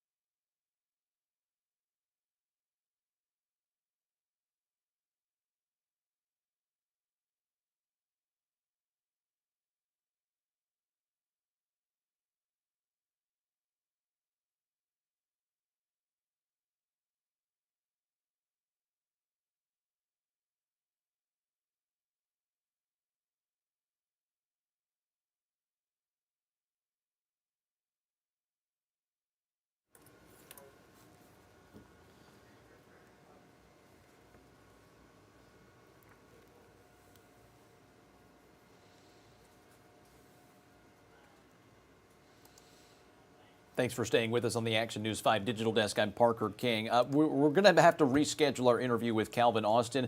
Apparently he's on a flight and there was a bit of timing miscommunication. Well, you're in different time zones. I've done it myself. 1 hour forward, 1 hour backwards. It's all well and good. No hard feelings. We're here to promote his upcoming football camp, his second annual football camp that he's going to be coming back here to have for a lot of Memphis kids. There was some success last year. We're honored to help him promote it and maybe even grow the attendance for that. We've got a lot of local football folks in the NFL who come back and give back. We've just recently had one in Olive Branch, in North Mississippi. So any chance that we can get to promote the sport in a way that benefits young kids this summer, we're happy to do that. And we're going to get to some good news nationally. We've got a story out of Nebraska. Public health officials are seeing early success in a program to reduce surgery patients' reliance on opioids. It's apparently an effort designed to curb demand in a state that dispenses more opioid prescriptions than the national average. Emma Leak has this story. With the opioid epidemic impacting people of all demographics across the country, Kyle Dillon with Goldfinch Health, which focuses on surgery recovery, says the dispensing rates of opioids in Nebraska is still quite high. What we're seeing is over 40 opioid prescriptions per 100 people.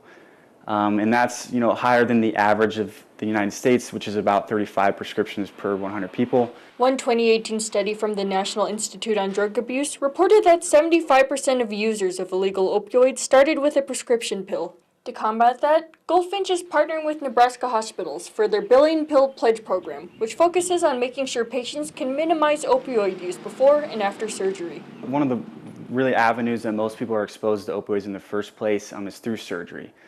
And so really this program is designed to help support community hospitals. Kearney County Health Services is one of Goldfinch's partners in reducing opioid use after surgery and was the first in Region 3 to offer the program's support to patients, dating back to last September. RN Erica Wilkins says the hospital was excited to get started on this program. We're just really happy with the progress that we've seen as far as our pain management and just patient progression, just the support that they've been able to be provided with. The program helps Kearney County Health Services connect patients with nurses who are experts in recovery and also gives them a care package full of tools to make recovery easier without opioids. And helps them realize their pain level and is it tolerable or is it not, and kind of where they're at to help gauge that and manage that for the appropriate adjunct or intervention that would be needed. So far, the program seems to be working well in Kearney County, with them reporting that out of 33 surgery patients who've gone through the Billion Pill Pledge program, they've so far seen a 57% reduction in average opioid prescriptions following surgery, had 7 patients recover without any opioid medication, and disposed of 43 unused opioid pills. We've actually had a reduction of our refills and our opioid medications in that post-operative phase and through the follow-up phases. Kearney County and Wilkins' work has not gone unnoticed by Goldfinch, who even recently named Wilkins a Billion Pill Pledge champion for her work in helping patients these past few months. We are the first hospital to partner with Goldfinch to provide services to patients, and so it's an award for the recognition of our facility. Great story out of Nebraska. Now in another funny story, funny, whimsical, and borderline patriotic as we get ready to celebrate our nation's 250th birthday. It involves our nation's first president. You know him. George Washington, our nation's first president, had an affinity for freedom and apparently beer. The New York Public Library is bringing back Mr. Washington's personal beverage recipe for America's 250th birthday. A page from the president's military notebook shows his beer recipe recorded in 1757. If you want to make it yourself, the library posted his original handwritten instructions online with a transcript in case you, like me, can't read that writing, or you can take the shortcut, because the library partnered with Talia Beer Company to create a special brew called Liberty Lager, inspired by George Washington's more than 250-year-old instructions, noting in a post the goal was to brew an approachable beer that nods to George Washington's original recipe with subtle maltiness and a hint of hops.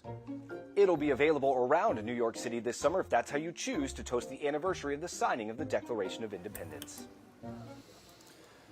Okay, New York road trip. Go get some beer that's based on a recipe that's over 250 years old. I mean, we're looking closer to 275, 300-year-old beer recipe written by none other than G.W. the man. Now on to a story out of Hawaii where a 38-year-old surfer is recovering from a shark attack that left him with serious injuries in both legs. Raquel Kao spoke to the man. It really did feel like somebody just came from behind, grabbed my ankle and pulled. And I was just confused. So I turned around to see like, who's doing this, who's grabbing me. And yeah, it was just a shark. Husband and father of 2, Koa Smith, believes it was an 8-foot Galapagos shark that bit him Saturday morning, leaving him with a 10-inch wound on one leg and a 5-inch wound on the other. So it's my left leg, like the whole side of my calf is pretty much wide open, and then my right foot has a pretty big gash on it. Koa's brother actually came to our bedroom window and was like yelling for me. And he was like, the first thing he said was, he's okay, but he got attacked by a shark. Amid the emergency and then multiple surgeries, Smith's wife, Danae, says there were difficult conversations with their children. They had a lot of really intelligent questions about it, and our son understood a little bit more than our 4-year-old. So he just was really bummed that Koa didn't have a shark tooth to have as a souvenir. The 38-year-old Smith is an Oahu-born surfer and self-employed carpenter, and was a Coast Guard lifeguard for 4 years. I mean, I've been in the water my entire life. Surfing, over 30 years. But I also, dive, body surf, bodyboard. Pretty much my entire life is in the ocean. Smith says his doctors expect him to make a full recovery in about 6 weeks, and he could be released from the hospital as soon as this weekend. He's well aware of the large swell continuing this week, and yes, he does plan to surf again. Watching on Instagram all the waves that I'm missing kind of sucks, but as soon as the doctors let me, I'm back out there. I wonder if they have a phrase in Hawaii for, if you fall down, the key is to get back up again. In Hawaii, is that if you get attacked by a shark, you can get back up again. That's the sentiment I'm getting from this guy right here. Now to something a little more local as we talk about the new Nissan Stadium in Nashville. Stadium is set to open in about 8 months. It'll feature a roof so fans will be able to attend events without having to worry about the weather. And as we've reported in recent weeks, it's going to be the host for the 2030 Super Bowl. And as Sam Perez reports, he got a little tour inside and shows us what we can expect. From framing and drywall to laying the groundwork for the roof, the nearly 2.1 million square foot facility is well underway. We think of how do we build a stadium for Nashville and all the events that we want to bring here, which goes much further than football, which is obviously very important still. Head of Stadium and Revenue Strategy, Chelsea Lepaki, says a lot of thought went into planning for the new Nissan Stadium, with fan experience at the core. No longer will you be sitting on the floor and having to trek up that seating bowl, but you'll be able to just access all those things on the level you're at. Lepaki says the new stadium offers the closest viewing experience of any NFL stadium, with seats 38% closer to the field than the current Nissan Stadium. That was a big part of it, and just making sure every seat's a great one, and not only your location to the stage proximity, but all the amenities that you have at every level of the building as well. Also in the beginning stages, a frictionless market where you can walk in, pick up your food or drinks, and walk out with your card getting charged without you having to pull it out. We're really excited about that, really just to kind of ease the access for all of our fans in terms of you don't want to miss a minute of a show that you're at. So how do you go and get what you want as quickly as possible? And that's really the thought process we had with a lot of the buildings. From the seats to the locker room, the vision is getting easier to see, which neighbors like Lamont Brooks are excited about. I watched the first stadium being built, and to be able to watch that and see the second one being built and everything bought up around it just for that space, it's kind of amazing. A lot of people, they're scared of redevelopment, but I think it's awesome. Coming up after the break, final look at weather with Riley Winch as we get ready for Action News 5 at midday. Stay with us.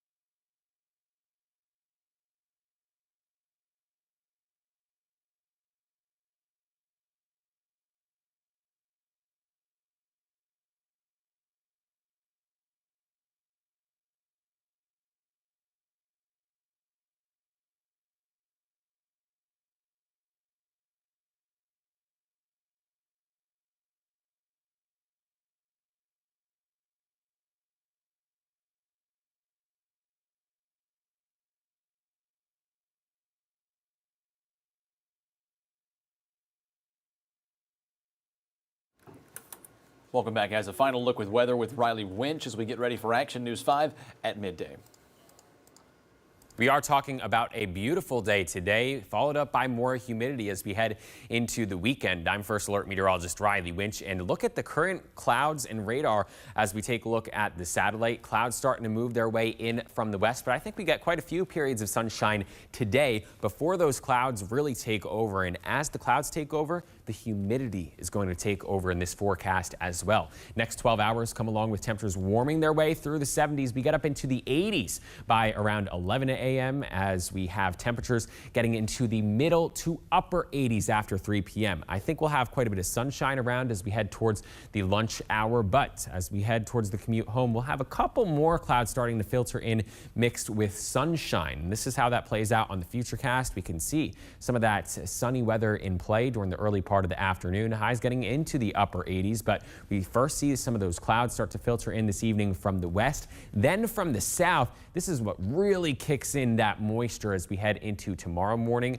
Could have some patchy areas of fog around as we get temperatures falling into the lower 70s around sunrise early tomorrow morning.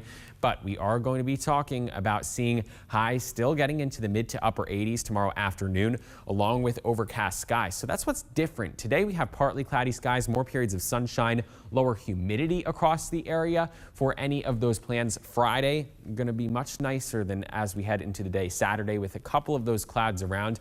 I do expect though to see some of that humidity bring the potential for some spotty showers as we head into Saturday evening. But the reason why we are going to see that humidity level uptick is because of the fact we have high pressure off to the east, low pressure off to the west. That sets up a pattern that helps us tap into some of this Gulf moisture. And as that southerly wind brings in more humid conditions, we see that cloud cover increase as well, making for a hot and muggy day on Saturday, with highs again getting up into the upper 80s. I think we fall just short of that 89-degree mark tomorrow in Memphis, but we have wet periods in the forecast as we head into the day on Sunday, as the stalled frontal system brings some scattered showers and storms, maybe a little bit more widespread than not across the region. So keep the rain gear nearby on Sunday before we see some of those lingering showers Monday and Tuesday, some dry periods in between. But as we head into the middle part of next week, that's when I do expect to see highs in the 90s, and then we're talking about the humidity lingering as well, making it feel like the triple digits in some cases. Good news with the drought monitor. New drought monitor came out yesterday, incorporated all the rainfall we've seen since Tuesday, and that's all the rain that there's been across the region with the dry middle part of the week. And that has removed parts of Shelby County from the drought. You head out to Holly Springs in Marshall County, no more drought. Some great news out there, just abnormally dry in parts of Memphis, down towards Hernando, Oxford, Ripley, Corinth, even Selmer. Great news for the agriculture industry. We could use a little bit more of that in parts of Arkansas, but notice even in areas like Wind Forest City, we're just in a moderate drought now rather than the extreme drought where we have been for a good portion of the spring. So that is some encouraging news with the drought monitor. The muggy meter, you know, this may be not what you want to see as you head into the weekend. It's just a sign of what's to come as we head into the summer months. We are talking about pleasant conditions today, but humidity comes back with muggy weather in the forecast, not just Saturday, but into Sunday. Some steamy days as well as we head into the early and middle parts of next week. And that's going to play a role in the feel-like temperatures. This is really what makes an impact to you, more so than the actual temperatures out there. With the added humidity, that high of 88 on Saturday feels more like 97 during the coming with the humidity. That's going to be quite a muggy one to get outdoors for, and you can tell the humidity is in place with these overnight lows. That's the coolest temperature over the course of the next couple of days in the low to mid 70s. So that just shows how much moisture is going to be in the atmosphere, how humid it is going to be as we get closer and closer to that first day of summer. And we've got quite a bit of humidity to go over the next couple of months.